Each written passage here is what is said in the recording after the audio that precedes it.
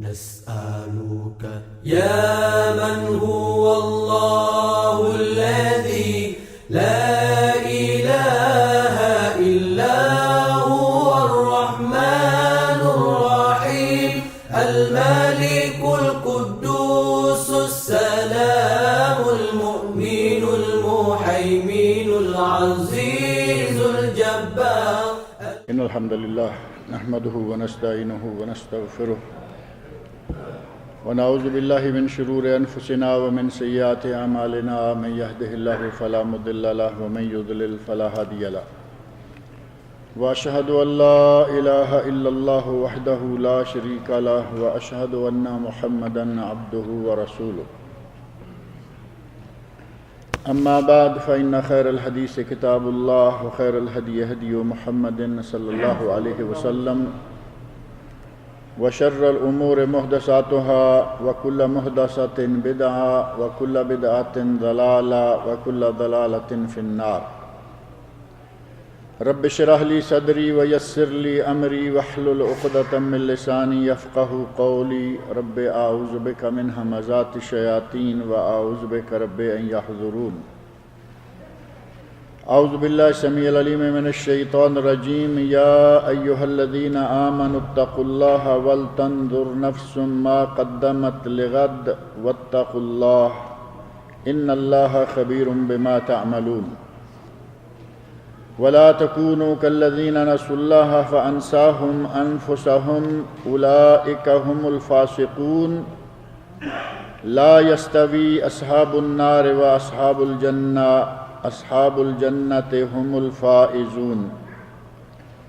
لو أنزلنا هذا القرآن على جبل لرأيته خاشعا متصدعا من خشية الله وتلك الأمثال نضربها للناس لعلهم يتفكرون.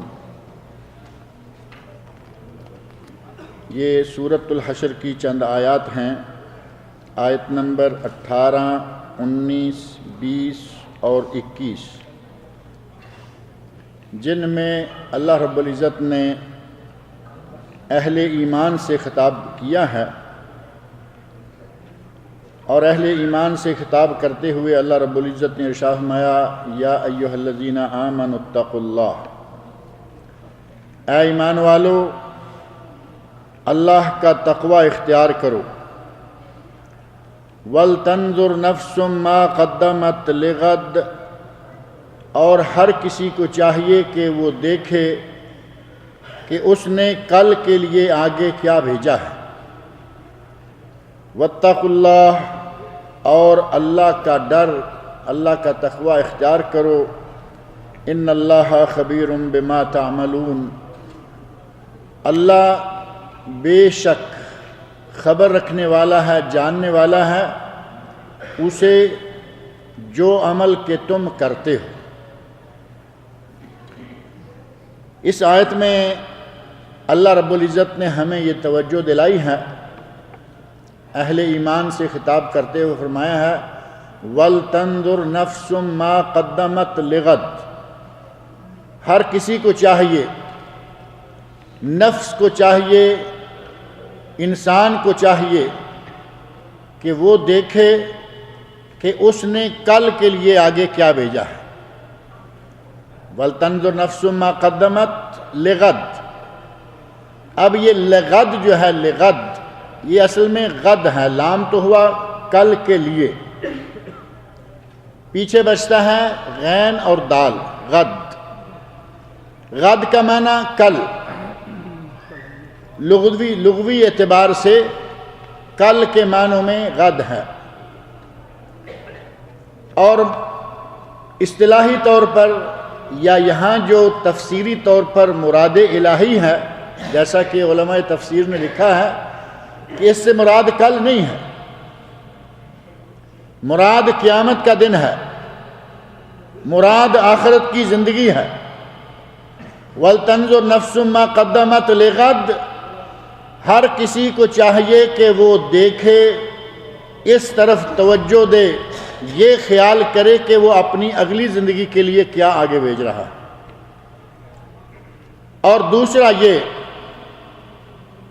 کہ جس طرح سورج غروب ہونے کے بعد یہ یقینی امر ہوتا ہے کہ یہ طلوع بھی ہوگا، اسی طرح یہ بھی یقین رکھیں کہ اس زندگی کے بعد ایک زندگی اور ہے، برزخ، قیامت کی اور اس دنیا کی زندگی کے درمیان کا وقفہ۔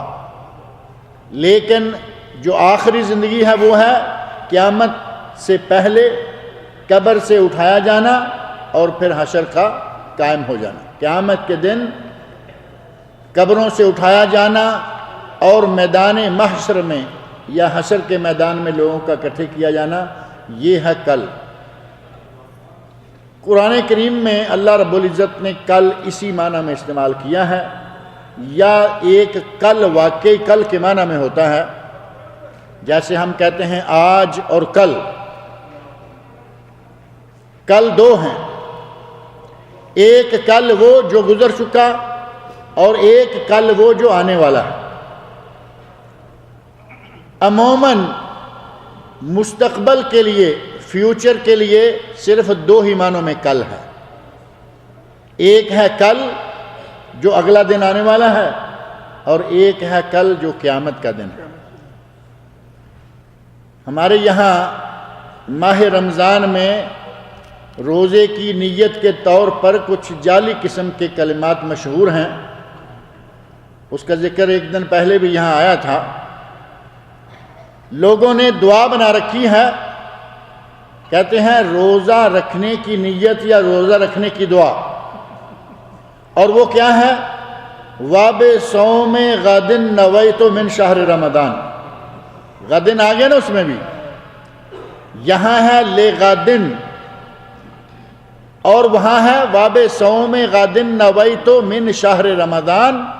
انسان کو چاہیے کہ وہ جو معانی موجود ہیں، مشہور ہیں، ان کو سامنے رکھے۔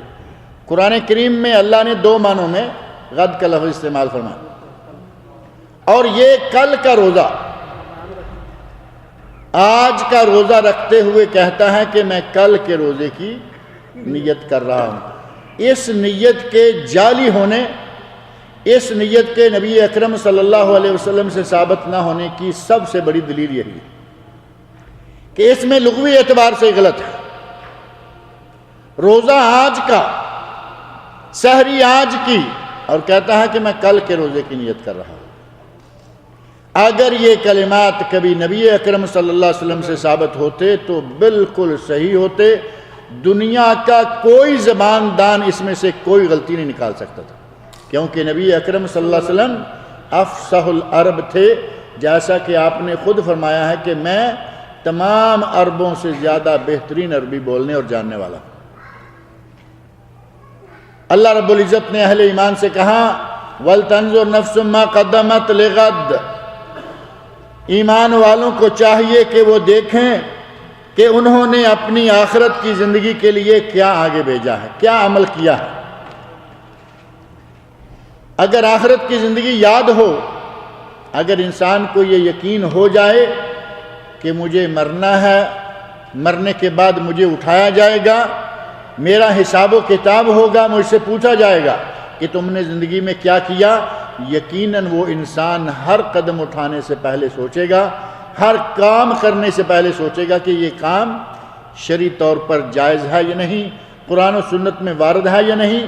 کل کو محشر کے میدان میں جب میرا اعمال نامہ میرے سامنے کھولا جائے گا تو کہیں یہ میرے لیے رسوائی اور بدنامی کا باعث نہ ہو۔ لیکن یہ کب ہوگا؟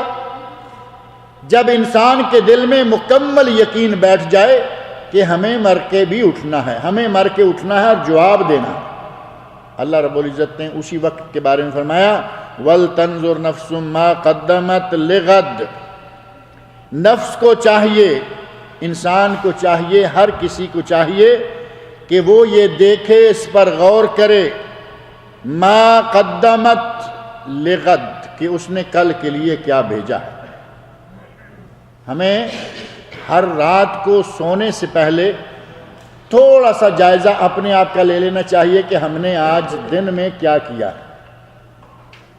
عموماً ہوتا ہے نا کہ ہم اپنی دکانداری کا حساب، اگر کسی کی دکان ہے رات کو سونے سے پہلے جمع تفریق کر کے وہ دیکھ لیتا ہے کہ آج کیا خرچ ہوا، کیا آیا، اس میں سے میرا پروفٹ کتنا ہے۔ ایسے ہی ہمیں چاہیے کہ ہر رات کو یہ دیکھ لیں کہ آج ہم نے کیا کیا، کیا نہیں کیا، کیا اچھا کیا، کیا برا کیا۔ اگر یہ تھوڑا سا روزانہ تھوڑا سا سونے سے پہلے توجہ کر لیا کریں، اتنا غور کر لیا کریں، انشاءاللہ ہم سے گناہ چھوٹ جائیں گے۔ مکمل نہیں چھوٹیں گے تو کم ضرور ہو جائیں گے، کیونکہ سوتے وقت ہم نے جب یہ سوچا کہ آج ہم نے یہ اور یہ طوفان اٹھائے ہیں، اگلے دن ہم انشاءاللہ ان سے بچنے کی کوشش کریں گے۔ آہستہ آہستہ انسان کا لیول، گناہوں کا لیول کم ہوتا جاتا ہے، نیکیوں کا لیول بڑھتا چلا جاتا ہے۔ ہر روز یہ کرنا چاہیے، اور اللہ رب العزت نے مطلق فرمایا ہے وَلْتَنْظُرْ نَفْسٌ مَا قَدَّمَتْ لِغَدٍ۔ انسان کو چاہیے کہ وہ دیکھے کہ اس نے اپنے کل کے لیے آگے کیا بھیجا ہے، آگے کیا بھیجنا ہے، نیک اعمال۔ آگے ہمیں کسی دوسرے بیلنس کی ضرورت کبھی بھی نہیں پڑے گی، نہ قبر میں، نہ حشر میں، اور نہ اس سے آگے۔ ان دونوں جگہ پر اگر ضرورت ہے تو وہ صرف عمل صالح کی ہے، نیک عمل کی ہے۔ قبر میں عمل صالح ہے تو خیر ہے، حشر میں عمل صالح ہے تو خیر ہے، ورنہ یہ بات آپ کے علم میں ہے کہ قبر میں بھی امتحان ہوگا اور حشر میں بھی امتحان ہوگا۔ ان امتحانات کی تفصیلات میں نہیں جاتا۔ قبر میں امتحان 3 سوال، من ربوں کا، من نبیوں کا، ما دینوں کا۔ 3 سوال، تیرا رب کون ہے، تیرا نبی کون ہے، اور تیرا دین کیا ہے۔ اور محشر کے میدان میں 4 سوال، بعض روایات کے مفہوم کو شامل کیا جائے تو 5 سوال۔ لا تزال قدم عبد حتی یسأل عن 4۔ نبی اکرم صلی اللہ علیہ وسلم کے ارشاد میں ہے کہ اس وقت تک کسی کے پاؤں اپنی جگہ سے ہلنے نہیں پائیں گے جب تک اس سے 4 سوال نہ پوچھ لیے۔ وہ 4 سوال کیا ہوں گے؟ جیسے قبر کے بارے میں ہے وہ سوال آسان، اسی طرح دیکھنے میں وہ سوال بھی آسان ہے کہ تم نے اپنی عمر کہاں گوائی؟ 40، 60، 70، 90، 100، 125، 950 سال۔ اتنا تک تو قرآن کریم میں ملتا ہے نا کہ 950 سال تک بھی انسان جیا۔ حضرت نوح علیہ السلام 950 سال دعوت کے میدان میں کام کرتے رہے۔ اللہ نے پوچھنا ہے کہ اس عمر کا کیا کیا۔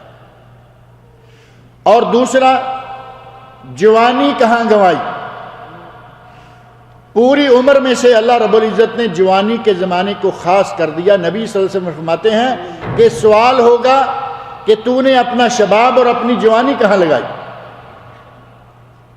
اور عمر میں سے جوانی کے بارے میں خاص طور پر سوال اس لیے ہوگا کہ جوانی میں، دیوانگی میں آدمی کچھ بھی کر گزرنے کی طاقت بھی رکھتا ہے اور کر بھی گزرتا ہے۔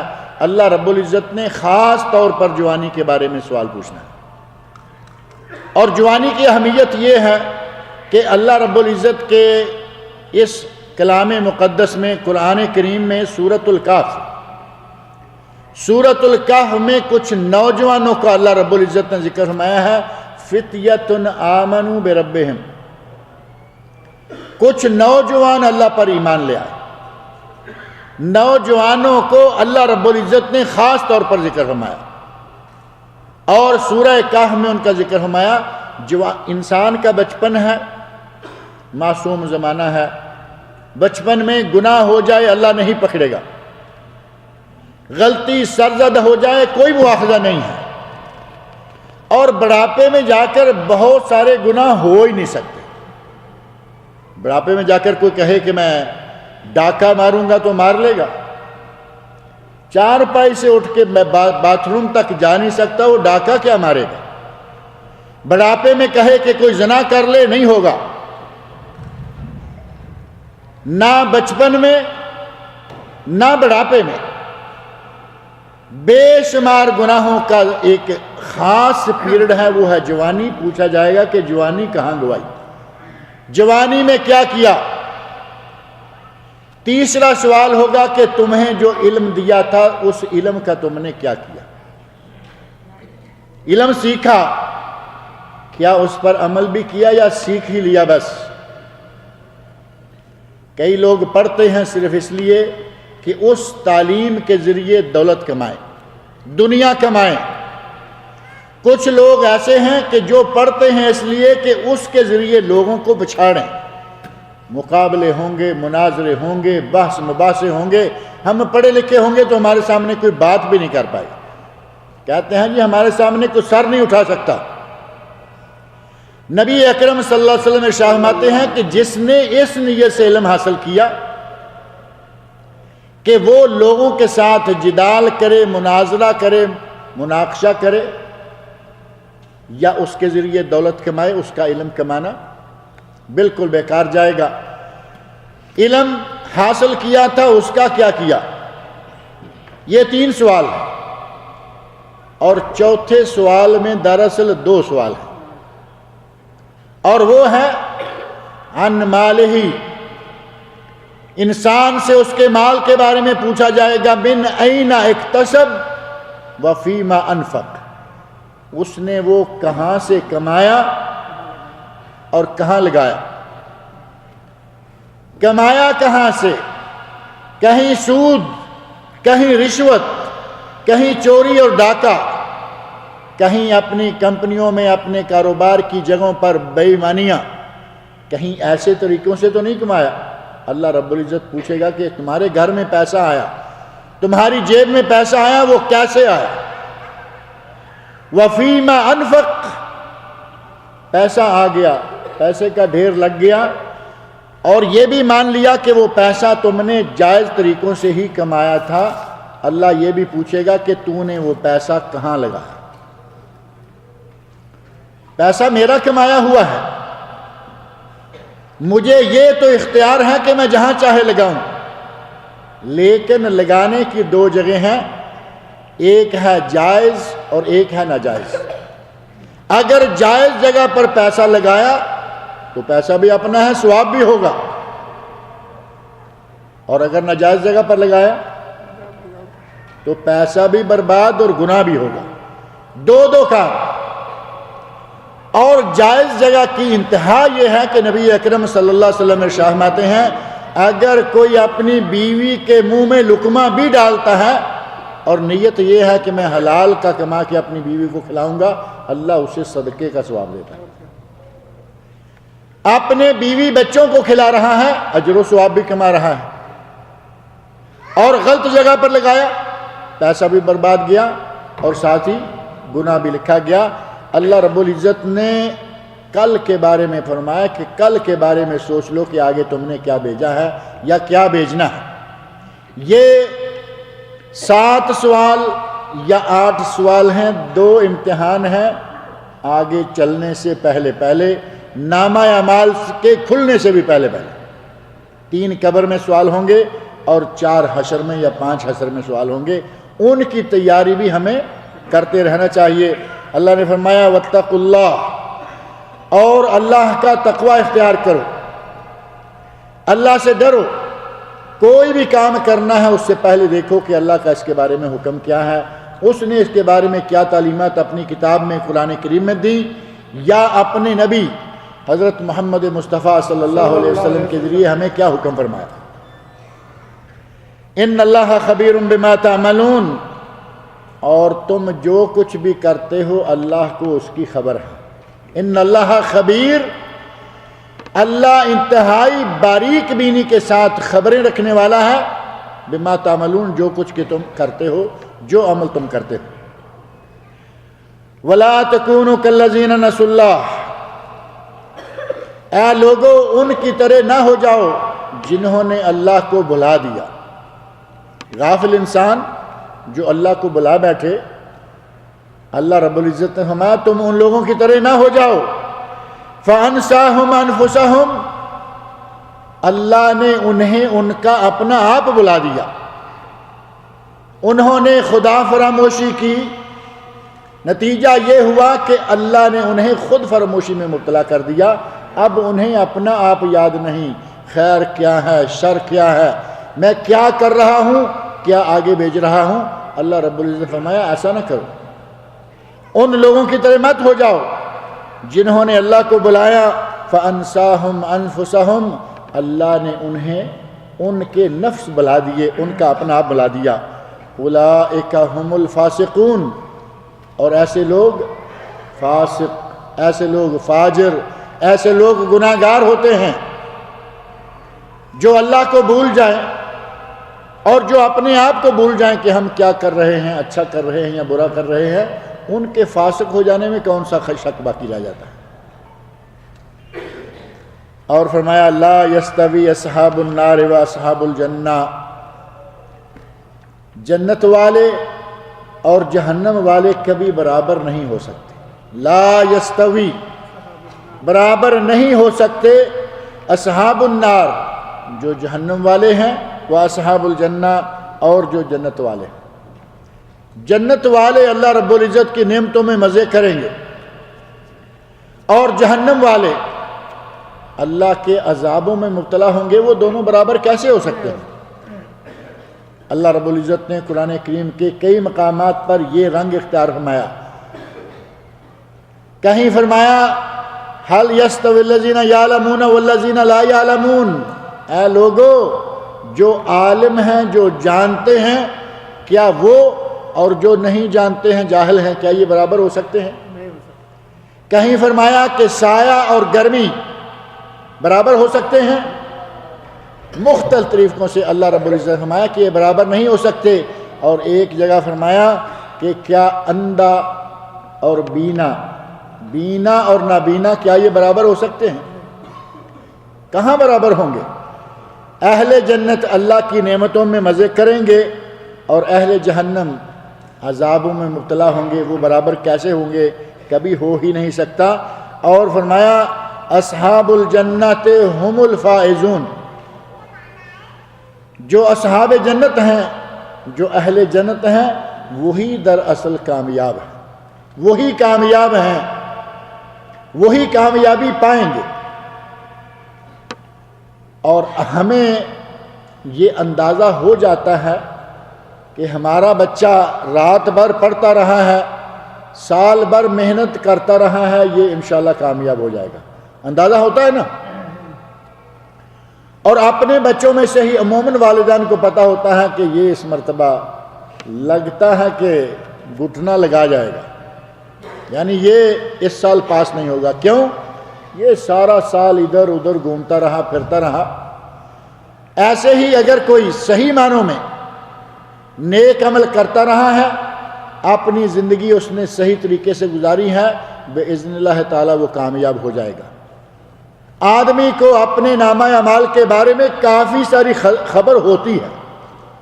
مان لیا کچھ گناہ ایسے ہو گئے جو ارادتاً نہیں کیے تھے، مان لیا کچھ گناہ ایسے ہو گئے جن کا اسے معلوم ہی نہیں تھا، لیکن بہت سارے گناہ ایسے ہم کرتے ہیں جن کا ہمیں پتہ ہوتا ہے کہ یہ گناہ ہے، لیکن کرتے ہیں، کہتے ہیں چلے گا۔ گناہ کا ارادہ کیا اور کہاں چلے گا۔ اللہ رب العزت نے فرمایا اصحاب الجنت ہم الفائزون، جو اہل جنت ہیں وہی کامیاب ہیں۔ کامیاب وہ ہوں گے جو اہل جنت، اور کامیاب کون ہوں گے؟ جو اس دنیا کی زندگی میں نیک اعمال سر انجام دیں گے۔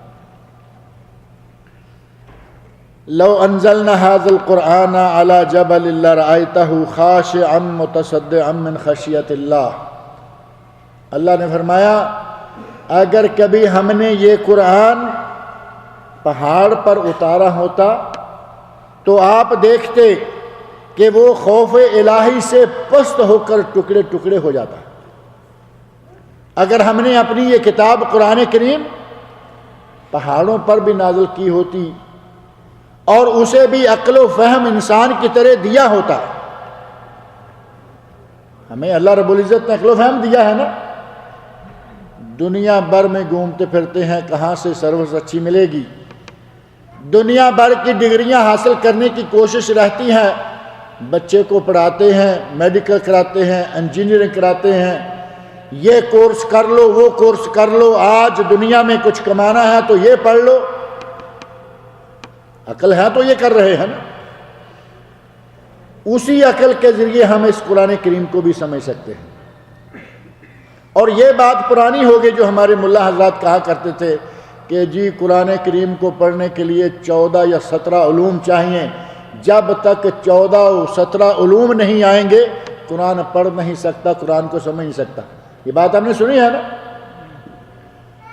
ملا لوگ قرآن کے قریب نہیں آنے دیتے، جبکہ ان سے پوچھا جائے کہ کیا صحابہ اکرام اور یہ سارے 14 علوم تمہارے جانتے تھے؟ ان میں سے بہت سارے علوم وہ ہیں جو اس وقت تھے ہی نہیں۔ قرآن کریم کو سمجھنا مشکل نہیں ہے، لیکن سمجھنے کا ارادہ تو کوئی کرے۔ پہلے ہی ڈرا دیا اتنے علوم ہوں گے تب قرآن پڑھو، ورنہ قرآن کے قریب نہ جاؤ، یہ بڑا مشکل ہے اس کو سمجھنا۔ اللہ رب العزت نے کیا فرمایا؟ وَلَقَدْ يَسَّرْنَا الْقُرْآنَ، ہم نے قرآن کو آسان کیا۔ پاکستان میں اور انڈیا میں، بنگلہ دیش میں، تینوں ملکوں میں ایک قاعدہ ملتا ہے، اس قاعدے کا نام کیا ہے؟ یسرنا القرآن۔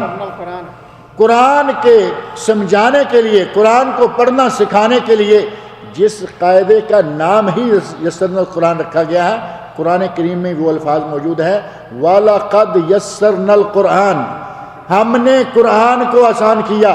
ملا کہتا ہے کہ قرآن کو سمجھنا بہت مشکل ہے، کیا کریں گے اب؟ مولوی بضد ہے کہ قرآن بڑا مشکل ہے، جب تک اتنے علوم پہلے نہیں سیکھو گے قرآن نہیں سمجھ سکتے۔ اور اللہ نے مطلق فرمایا وَلَقَدْ يَسَّرْنَا الْقُرْآنَ، ہم نے قرآن کو آسان کر دیا۔ قرآن پڑھنے والا تو کوئی ہو۔ اللہ رب العزت نے ہمیں عقل دی، فہم و فراست دی، سمجھ دی، ذہن دیا، دماغ دیا، اور کہا کہ اس کو قرآن کو سمجھو۔ اور فرمایا کہ اگر ہم یہی عقل و دماغ پہاڑ کو دے دیتے اور اس پر یہ قرآن نازل کرتے لَرَأَيْتَهُ خَاشِعًا مُتَصَدِّعًا مِّنْ خَشْيَةِ اللَّهِ، تو آپ دیکھتے کہ وہ اللہ کے ڈر سے، من خشیت اللہ، اللہ کی خشیت، اللہ کے خوف سے پست ہو کر ٹکڑے ٹکڑے ہو جاتا، اللہ کے ڈر سے وہ پھٹ جاتا۔ بعض اہل علم نے، امام شوکانی رحمۃ اللہ علیہ نے اپنی تفسیر میں لکھا ہے فتح القدیر میں کہ بعض علماء تفسیر کا کہنا ہے کہ اللہ رب العزت نے نبی صلی اللہ علیہ وسلم سے خطاب کر کے فرمایا ہے کہ اے میرے نبی، یہ قرآن ہم نے تم پر اتارا ہے اور تم نرم و نازک گوشت پوست کے انسان ہو۔ اگر کبھی ہم نے یہ قرآن پہاڑوں پر اتارا ہوتا تو وہ بھی پھٹ جاتا، ان پہ نہیں اتارا، تم نرم و نازک ہو، تم پہ اتارا ہے، تم نے اس کو برداشت کر لیا ہے۔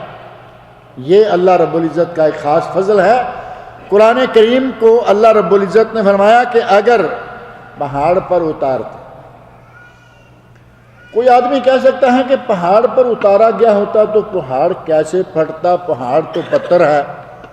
جیسے ہم تو یہی سمجھتے ہیں کہ پہاڑ تو پتھر ہے، جبکہ اسی صورت کے شروع کرتے وقت بھی میں نے مختصر انداز سے ذکر کیا تھا کہ یہاں سبح للہ ما فی السماوات و ما فی الارض، زمین پر اور آسمان میں جہاں جہاں جو کوئی چیز بھی ہے وہ اللہ کی تسبیح بیان کرتی ہے۔ اور دوسری جگہ فرمایا ان من شیء الا یسبح بحمدہ، دنیا میں کوئی چیز ایسی نہیں سوائے اس کے کہ وہ اللہ کی تسبیح بیان کرتی ہیں، ولیکن لا تفقہون تسبیحہ، تم ان کی تسبیح کو سمجھ نہیں سکتے، اور جس کی تسبیح وہ بیان کرتے ہیں وہ سمجھتا ہے۔ اللہ رب العزت نے پہاڑ میں، اور اللہ رب العزت چاہے تو جس کو چاہے احساس دے دے، وہ چاہے تو لکڑی کو احساس دے دے۔ صحیح حدیث میں واقعہ موجود ہے، نبی اکرم صلی اللہ علیہ وسلم کھجور کے تنے کے ساتھ ٹیک لگا کے خطبہ ارشاد فرمایا کرتے تھے جمعے کا، مشہور واقعہ ہے نا، لکڑی کا، کھجور کا تنا ہے، اس کے پاس کھڑے ہو کر اس سے ٹیک لگا کر نبی اکرم صلی اللہ علیہ وسلم خطبہ ارشاد فرمایا کرتے ہیں۔ ممبر بن گیا، ممبر ایجاد ہو گیا، ممبر کی تعمیر ہو گئی۔ نبی اکرم صلی اللہ علیہ وسلم اس تنے کے پاس سے گزر کر ممبر پر تشریف لے گئے اور واعظ فرمانا شروع کیا۔ اس کھجور کے تنے نے، لکڑی کے ٹکڑے نے رونا شروع کر دیا، اور وہ ٹکڑا اس طرح رو رہا تھا جس طرح کے بچہ روتا ہے۔ لکڑی کا ٹکڑا بچے کی طرح رو رہا ہے، اور وہ تب تک روتا رہا جب تک نبی اکرم صلی اللہ علیہ وسلم نے آ کر اس کے اوپر ہاتھ نہیں رکھا، دست مبارک رکھا، پیار سے اسے تھپ تھپایا، تب جا کے اس لکڑی کے ٹکڑے نے رونا بند کیا۔ اللہ رب العزت چاہے لکڑی میں احساس پیدا کر دے، وہ چاہے پتھروں میں احساس پیدا کر دے، اور اس کی ساری مخلوق اس کی تسبیح بیان کر رہی ہے۔ اور پتھروں میں احساس کے بارے میں تو اللہ رب العزت نے قرآن کریم میں کئی مقامات پر ذکر فرمایا ہے، جیسا کہ سورۃ البقرہ میں اللہ رب العزت نے آیت نمبر 74 ہے، ارشاد فرمایا ثم قست قلوبکم من بعد ذلک، پھر اس کے بعد تمہارے دل سخت ہو گئے، فہی کالحجارہ، پتھروں کی طرح ہو گئے۔ اردو میں لفظ استعمال ہوتا ہے سنگ دل، تم پتھر دل ہو گئے، تمہارے دل پتھروں کی طرح ہو گئے، او اشد قسوہ، یا پتھروں سے بھی زیادہ تمہارے دل سخت ہو گئے۔ پتھروں سے زیادہ سخت ہو گئے، اس بات کو سمجھانے کے لیے اللہ تعالیٰ نے فرمایا وَإِنَّ مِنَ الْحِجَارَةِ لَمَا يَتَفَجَّرُ مِنْهُ الْأَنْهَارُ، پتھروں میں سے تو وہ پتھر ہیں، پہاڑوں میں سے وہ پہاڑ بھی ہیں کہ ان سے تو نہریں پھوٹتی ہیں۔ پہاڑ دیکھیں، پہاڑ ہے، پہاڑ میں سے اللہ رب العزت چشمے پھٹا دیتا ہے، چشمے چل رہے ہیں، ان میں سے پانی بہہ رہا ہے۔ وَإِنَّ مِنْهَا لَمَا يَشَّقَّقُ، اور انہی پہاڑوں میں سے، انہی پتھروں میں سے وہ پتھر اور وہ پہاڑ بھی ہیں جو پھٹ جاتے ہیں، فَيَخْرُجُ مِنْهُ الْمَاءُ، اور ان سے پانی بہنا شروع ہو جاتا ہے۔ وَإِنَّ مِنْهَا، انہی پہاڑوں سے، انہی پتھروں سے وہ بھی ہیں، لَمَا يَهْبِطُ مِنْ خَشْيَةِ اللَّهِ، جو اللہ کے خوف سے گر جاتے ہیں۔ میں نے ایک دن ذکر کیا تھا کہ پہاڑ کی چٹان پھٹتی ہے، اونچے پہاڑ سے پتھر گرتا ہوا نظر آتا ہے، اوپر نہ کوئی انسان ہے، نہ کوئی جانور ہے، کوئی چیز نہیں، یہ پتھر اوپر گرتا ہوا آ رہا ہے، اور ہم سمجھتے ہیں کہ بس یہ ایسے ہی گر گیا ہوگا۔ یہ آیت پڑھیں، آپ کو پتہ چلے گا کہ وہ کیوں گر رہا ہے۔ اللہ کے ڈر سے پتھر بھی اللہ رب العزت فرما رہے ہیں وَإِنَّ مِنْهَا لَمَا يَهْبِطُ مِنْ خَشْيَةِ اللَّهِ، پتھروں میں سے وہ پتھر ہیں جو اللہ کے خوف سے گر جاتے ہیں۔ پتھر گر جاتا ہے، پتھر میں سے پانی نکل آتا ہے، پتھر میں سے اللہ رب العزت چشمے جاری کر دیتا ہے۔ اللہ نے فرمایا کہ تمہارے دل تو پتھروں سے بھی زیادہ سخت ہو چکے، کیونکہ پتھروں میں تو یہ نرمی بھی ہے۔ وَمَا اللَّهُ بِغَافِلٍ عَمَّا تَعْمَلُونَ، اور تم جو کچھ کر رہے ہو اللہ اس سے غافل نہیں ہے۔ کبھی کبھی انسان اتنا سنگ دل ہو جاتا ہے کہ وہ پتھروں سے بھی زیادہ سخت دل ہو جاتا ہے۔ ہمیں اپنے دلوں کو ٹٹولتے رہنا چاہیے، دیکھتے رہنا چاہیے کہ دلوں کی پوزیشن کیا ہے۔ اللہ رب العزت نے پہاڑوں کے بارے میں فرمایا ہے کہ اگر کبھی یہ پہاڑ، ان پر بھی میں اپنی کتاب کو نازل کر دیتا تو یہ پہاڑ جو ہیں یہ بھی گر جاتے، ٹوٹ جاتے، بیٹھ جاتے، اور اللہ کے ڈر سے یہ اس امانت کو برداشت نہ کر پاتے۔ اور صرف اسی پر بس نہیں ہے، بلکہ اللہ رب العزت نے فرمایا ہے وَتِلْكَ الْأَمْثَالُ نَضْرِبُهَا لِلنَّاسِ لَعَلَّهُمْ يَتَفَكَّرُونَ، اور یہ مثالیں ہم لوگوں کے لیے دیتے ہیں تاکہ وہ فکر کریں، تاکہ وہ سوچیں۔ یہ قرآن کریم اللہ رب العزت نے پہاڑوں پر نہیں اتارا، انسان پر اتارا، اور فرمایا پہاڑ پر اتارتا تو وہ پھٹ جاتا، انسان پر اتارا ہے اور انسان پھٹا نہیں۔ انسان کو اللہ رب العزت نے یہ صلاحیت دی کہ وہ اس امانت کو برداشت کر لے، ورنہ یہ گوشت پوست کا انسان، نرم و نازک ٹکڑا، اتنی بڑی امانت، اور امانت بھی کون سی؟ جس امانت کے بارے میں اللہ رب العزت نے ارشاد فرمایا ہے کہ یہ امانت ہم نے پہاڑوں پر پیش کرنا چاہی۔ سورۃ الاحزاب میں اللہ رب العزت نے آیت نمبر 72 میں ارشاد فرمایا انا عرضنا الامانۃ علی السماوات والارض والجبال، انا عرضنا الامانۃ، ہم نے یہ امانت اتارنا چاہی، پیش کی ہم نے، علی السماوات آسمانوں پر، والارض زمین پر، والجبال اور پہاڑوں پر۔ اللہ رب العزت نے کب یہ امانت ان پر پیش کی؟ ہمارے معلوم کرنے کا کوئی ذریعہ نہیں، ہمیں اس کی کوئی ضرورت نہیں، اللہ نے فرما دیا کہ ہم نے یہ امانت ان کے سامنے پیش کی۔ ہمارا ایمان ہے کہ اللہ نے پیش کی ہوگی، کب پیش کی وہ جانے، اس کا کام جانے۔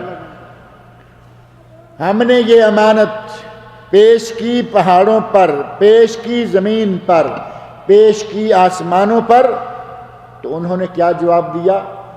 فَأَبَيْنَ أَن يَحْمِلْنَهَا وَأَشْفَقْنَ مِنْهَا، اس امانت کو اٹھانے سے وہ ڈر گئے، اور اس امانت کو اٹھانے سے انہوں نے انکار کر دیا کہ یا اللہ یہ ہم سے نہیں ہوگا۔ اور ان کا انکار جو ہے وہ معذرت خواہانہ انکار، انسان کا انکار، انتہائی متکبرانہ انکار، لیکن انہوں نے ایسا نہیں، بلکہ وَأَشْفَقْنَ مِنْهَا، اس امانت کو اٹھانے، اس کا حق ادا کرنے سے ڈر گئے، اور انہوں نے اس امانت کو اٹھانے سے انکار کر دیا۔ وَحَمَلَهَا الْإِنسان، اور انسان نے اسے اٹھا لیا۔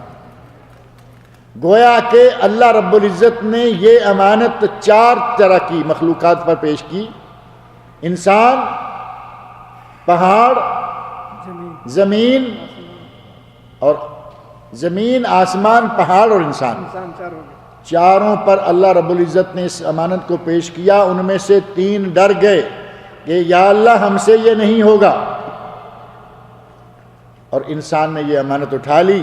اور امانت اٹھانے کا ذکر کرنے کے بعد اللہ نے فرمایا انہو کانا ظلومن جہولا، یہ بڑا ہی ظالم اور بڑا ہی جاہل ہے۔ انسان کے بارے میں فرمایا بڑا ظالم، اپنے نفس پر ظلم کرنے والا، اور جاہل، جو نہ جانتا ہو، جہول، بہت بڑا جاہل۔ اللہ رب العزت نے اس عظیم امانت کو، قرآن کریم کو، بڑی بڑی مخلوقات پر پیش کیا، لیکن وہ ساری مخلوقات جو ہیں وہ اسے اٹھانے سے معذرت خواہ ہو گئیں، انکار کر گئیں، لیکن انسان نے اس کو اٹھا لیا۔ اور اللہ رب العزت اگر انسان کو یہ توفیق دے دے، اس کے حقوق ادا کرنا شروع کر دے، تو یہ ایسی چیز نہیں ہے کہ کوئی اس کو اٹھا نہ سکے۔ اللہ رب العزت نے انسان میں یہ صلاحیت رکھی، اگر انسان میں اس کو اٹھانے کی صلاحیت نہ ہوتی، اللہ رب العزت اس کو اٹھانے ہی نہ دیتا۔ پہاڑوں نے کیوں نہیں اٹھائی؟ آسمانوں نے نہیں اٹھائی، زمین نے نہیں اٹھائی، انسان نے اٹھا لی۔ اللہ رب العزت نے پھر اس امانت کو آسان کر دیا۔ وَلَقَدْ يَسَّرْنَا الْقُرْآنَ، وَلَقَدْ يَسَّرْنَا الْقُرْآنَ، ہم نے قرآن کو آسان کیا۔ اور یہ امانت کون سی ہے؟ قرآن کریم، اور یہی امانت ہے جس کو خلافت بھی کہا گیا۔ اس زمین پر آنا اور خلافت کا بوجھ اٹھانا۔ سورہ بقرہ کے شروع میں ہے نا خلافت کا ذکر، آیت نمبر 30، 31، 32 آپ پڑھ کے دیکھیں۔ اللہ رب العزت نے انسان کے بارے میں فرشتوں سے خطاب کرتے ہوئے فرمایا تھا انی جاعل فی الارض خلیفہ، میں زمین میں خلیفہ بنانے والا ہوں۔ کئی لوگ کہتے ہیں، مفسرین نے لکھا ہے، بعض مفسرین نے لکھا ہے کہ خلافت سے مراد یہاں اللہ کا خلیفہ، اور اللہ کا خلیفہ تو اس کا ہو سکتا ہے نا جو کبھی چھٹی چلا جائے، کبھی غائب ہو جائے، کبھی کسی ملک کے دورے پہ چلا جائے، اللہ رب العزت ان تمام چیزوں سے منزہ اور پاک ہے۔ اللہ کا خلیفہ نہیں، اس زمین کا خلیفہ، زمین کا حاکم۔ اللہ رب العزت نے انسان کو اس زمین کا ایک دوسرے کا خلیفہ، ایک انسان گیا، دوسرا آ گیا، تیسرا آ گیا، اللہ رب العزت کا خلیفہ کہنا یہ صحیح نہیں ہے، کیونکہ خلیفہ تو اس کا ہوتا ہے، سیکنڈ اسسٹنٹ اس کا ہوتا ہے جسے مدد کی ضرورت ہو، جو کبھی غائب ہو جائے، جو کبھی مر جائے۔ اللہ رب العزت ان تمام چیزوں سے بری ہے، منزہ ہے۔ اللہ رب العزت نے انسان کو زمین کا خلیفہ بنایا، اور وہی امانت ہے جو فرمایا کہ میں نے پیش کی آسمانوں پر، زمینوں پر، پہاڑوں پر، کسی نے قبول نہیں کی اور اس انسان نے قبول کر لی۔ فرمایا کہ یہ مثالیں ہم کیوں دیتے ہیں؟ تلک الامثال نضربها للناس لعلهم يتفکرون، تاکہ وہ ان میں سوچیں، ان میں غور کریں۔ هو اللہ الذی لا الہ الا ہو۔ یہاں سے 4 آیات آگے مسلسل ہیں، اور ان چاروں آیات میں اللہ رب العزت کے اسماء حسنی، آپ یہ آیات صرف سن کے دیکھیں۔ هو اللہ الذی لا الہ الا ہو عالم الغیب والشہادہ هو الرحمن الرحیم۔ هو اللہ الذی لا الہ الا ہو الملک القدوس السلام المومن المہیمن العزیز الجبار المتکبر سبحان اللہ عما یشرکون۔ هو اللہ الخالق البارئ المصور لہ الاسماء الحسنی یسبح لہ ما فی السماوات والارض وہو العزیز الحکیم۔ اللہ رب العزت کے کتنے اسماء حسنی یہاں آگئے۔ قرآن کریم میں اللہ رب العزت نے اس انداز سے اپنا تعارف مختلف جگہوں پر کرایا۔ سورۃ اخلاص میں قل هو اللہ احد اللہ الصمد لم یلد ولم یولد ولم یکن لہ کفوا احد، یہاں مسلسل اسماء حسنی، اور تو اور آیت الکرسی کھول کر دیکھیں، اللہ رب العزت نے اپنی صفتیں بیان فرمائیں۔ ان صفات کا ترجمہ، ان کی تھوڑی تھوڑی تشریح و تفسیر انشاءاللہ ہم اپنے اگلے درس میں ذکر کریں گے۔ اللہ رب العزت سے دعا ہے کہ وہ قرآن کریم کو پڑھنے، سمجھنے، سننے اور اس پر عمل کرنے کی ہم سب کو توفیق عطا فرمائے۔ وما علینا الا البلاغ المبین۔